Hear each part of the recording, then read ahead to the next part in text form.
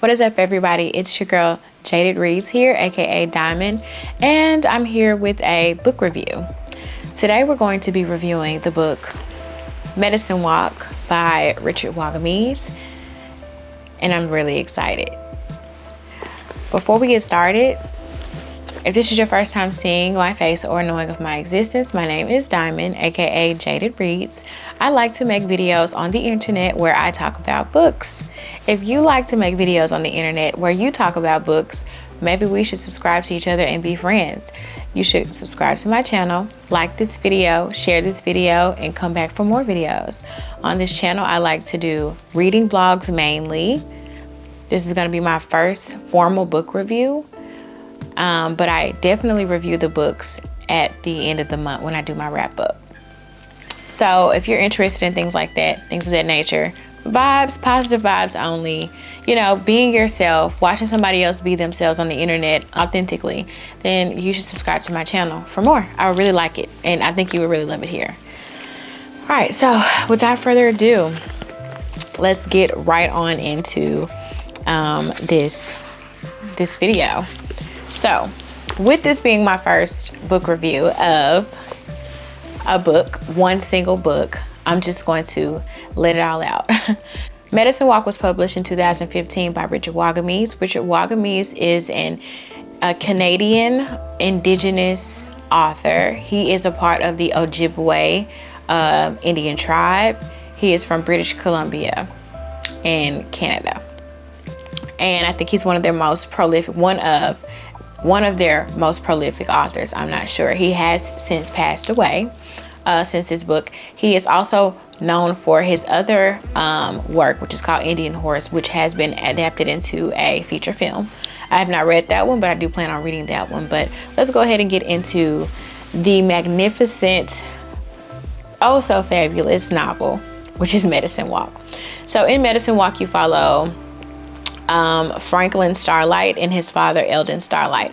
Franklin is summoned to his dad out of the blue one day to come to check on his father, or he's summoned by his father out of the blue one day. And what happens is he goes to his dad randomly because he does not live with his father. He's being raised by someone that the book calls the old man, and this is purposeful. And he goes to his dad. Now, he's reluctant about this because his father has been in and out of his life since he was a baby, actually. And so he doesn't really want to go, but the old man pushes him to it. So reluctantly, he goes on a journey to visit his father. When he visits his father, he learns that his dad is actually dying. And his father has this request to be his guide and guardian as they travel up the backcountry of British Columbia to a particular spot in which his father wants to be buried, quote unquote, in the warrior's way, which is sitting up straight facing east toward, I think, the sun. And what you find is it's a journey. This is a journey of resilience. This is a journey of redemption, of closeness, togetherness, and much, much, much, much more. So on this journey, there's a lot of talking by Eldon. Eldon feels like he owes his son much, much more than the life that he's given him, which is no life at all. Let's talk about Eldon for a second. Eldon is a alcoholic. That's the best way to say it, because he's dying of cirrhosis of the liver. He's an alcoholic who is just not reliable at all. He just doesn't care about anybody seemingly but himself, and he feels like everybody's out to get him, and he just wants to just be alone and drink and have nothing to do with anyone. And then on the other side, Franklin is this 16-year-old well-to-do young man. He is able to really do a lot for himself to be so young. He has a magnificent brain. He is just set apart from all of his other peers. He's able to do pretty much anything a grown man can do, especially work his hands and be in the wild, in the forest, and fend for himself, which is amazing to read about and to watch. He hunts. He can build a fort. He can make a fire out of the random things that the forest offers. He knows how to sit and listen. It's so many instances in this novel where Franklin comes across things that you feel someone would die from, and he's able to handle it with grace and dignity, and it's just amazing to read about. And so the guys, they both learned so much about each other in the process of traveling up the backcountry to do this one task. So of course the novel is written in a way to where you're understanding that this is a trail of basically forgiveness. And so a lot of the things and a lot of the monologue discussed in the story is truly coming from Eldon, because Eldon feels that he owes his son an explanation.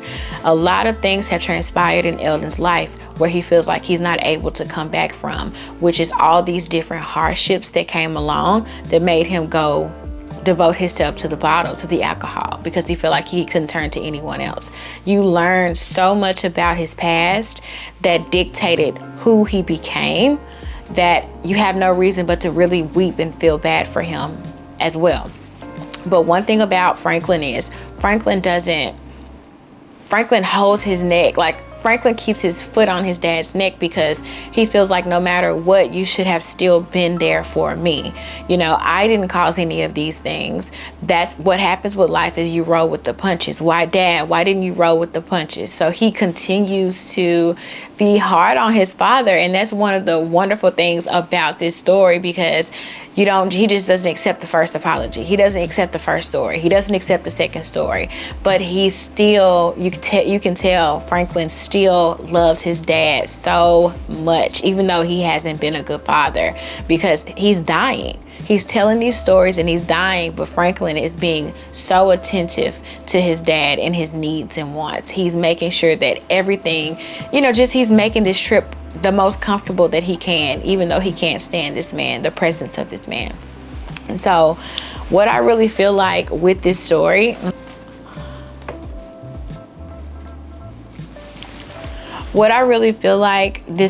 is symbolizing is that there's beauty in the breakdown. There's beauty all around. And I think that you should be able to forgive those who have wronged you in your past.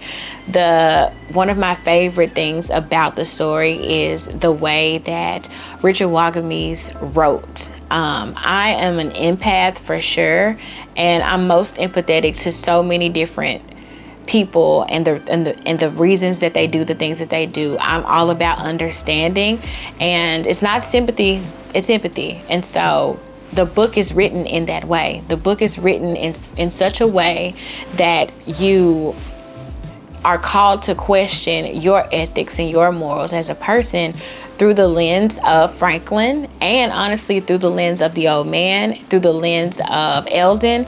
It all encompasses so much about what it is to be a human being and the grace that we all should lend to one another in our roughest and toughest times. No matter what someone has done to you, you should always show grace and mercy, because you just truly don't know what they're going through. I like to take this whole story back to one of my most favorite books of last year, which is called What Are You Going Through by Sigrid Nunez. And one of my favorite quotes from that story is, "Be kind, because you never know what someone else is going through." And so it's said in the novel, but it's not said in the novel, that children are not, asked to be born. And so, like I said, Franklin continues to hold his father's head to the fire, because at the end of the day, he was a vessel that was born into this world, and he was left by pretty much everyone to be raised by someone that is none of his kin, that is none of his heritage. He couldn't teach him anything but how to be the type of man that the old man is. But he knows nothing of himself, and he's Native American, and he knows nothing. But the goodness of the writing shows you, and the way that Franklin handles himself in the wild, in the forest, you can tell that it's innate. It's inside of him. Who he is inside of him. And even though they go on this journey, you never truly figure out anything about the tribe in which they come from, but you do learn what starlight means. But because his father was so empty and just didn't have anyone as well, you still don't get a sense of, like, their inheritance. Like, you don't get a sense of what they are as a people, what their people offered them, but you learn that starlight means to be a teacher. You come from being a teacher, you're here to teach. And one of the things that Franklin continues to do throughout the novel is teach his father. He teaches his father grace. He teaches his father empathy. He teaches his father about respect and what respect truly is. He teaches his father love. This book encompasses so many things. And honestly, I wanted to read one of the many quotes that I have here. There is a beautiful moment where you can tell the old man is teaching Franklin how to hunt, and then they've gone out to hunt a couple of days after that, and I just knew what the story was leading up to. Slowly, silently, he looked across at the old man and nodded. Then he rose at a crotch and made his way around the boulder. They were at the edge of an alpine meadow. Nothing moved. The kid sat with a stump at his back, staring out across the wild expanse. Nothing stirred. Finally, a shadow eked out of the cover of a small cusp of stunted pine. The buck was juvenile but large. The kid didn't move. He barely breathed. When the buck turned into the wind and showed his flank, he raised the rifle off his knees and pressed the butt into his shoulder. The shot clapped and echoed off the surrounding ridges and slopes. The buck dropped where he stood, and the kid and the old man walked slowly across the meadow without speaking. For years, he would recall the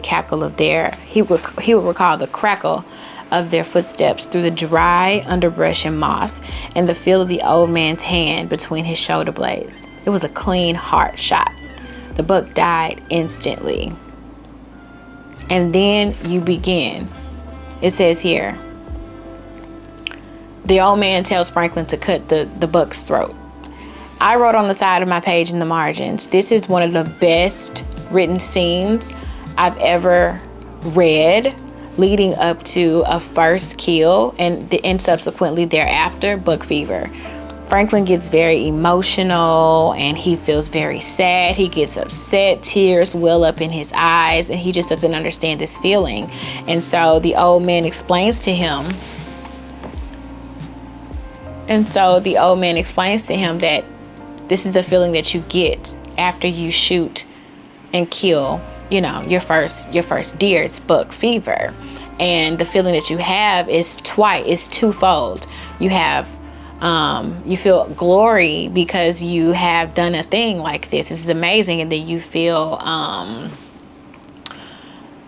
despair because you've also killed, a wild animal. And so you should just have gratitude right now. Show grace and gratitude. You should send a prayer up, talk to the animal, thank God. And then we move on, we move forward, because these here are given to us by God to feed on. So you have to have immense gratitude along with, the heartache that you feel for that animal. And I just thought that was just really, really beautiful. And as you guys can see me reading that passage, you also can tell how well written the story is as a whole. Like the story is just amazingly written. It's amazingly done. And there's so many instances where you get stuff like that in the novel. Every other page, it's that type of setting, that type of scenery. It almost can be contributed to nature writing. It can be a form, it's definitely a form of nature writing, because you get so many vivid and visceral details about where they are and the things around them as they are moving through the backcountry. It's just an amazingly done novel, and I was blown away when I finished it. The ending is very satisfying. It's not as clear as I would have liked it to have been, but I definitely understand why it's like that, because you have to also do your work or do your due diligence on learning about Richard Wagamese, and like I said, another thing, them being Native American, and talking about certain aspects of that. I'm trying not to spoil it, but all in all, this is a 5-star read for me.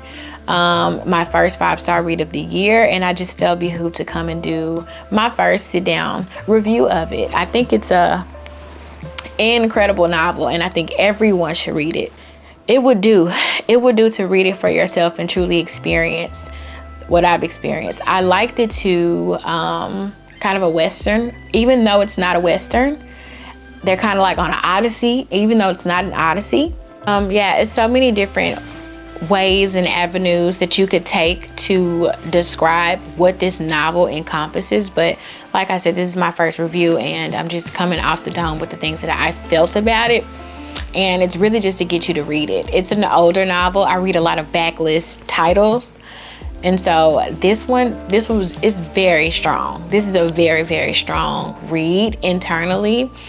It gives you a lot to think about, and a lot resonated with me. And so I just want to come and share my thoughts, views, and opinions on the novel, and hopes that you guys read it. If you have read any Richard Wagamese, tell me in the comments. If you have read Medicine Walk, talk to me about how you feel about it in the comments. Let's get the discussion going. As always, don't forget to subscribe to my channel, like this video, and continue to come back for more. It's your girl Jada Reads here. See you next time.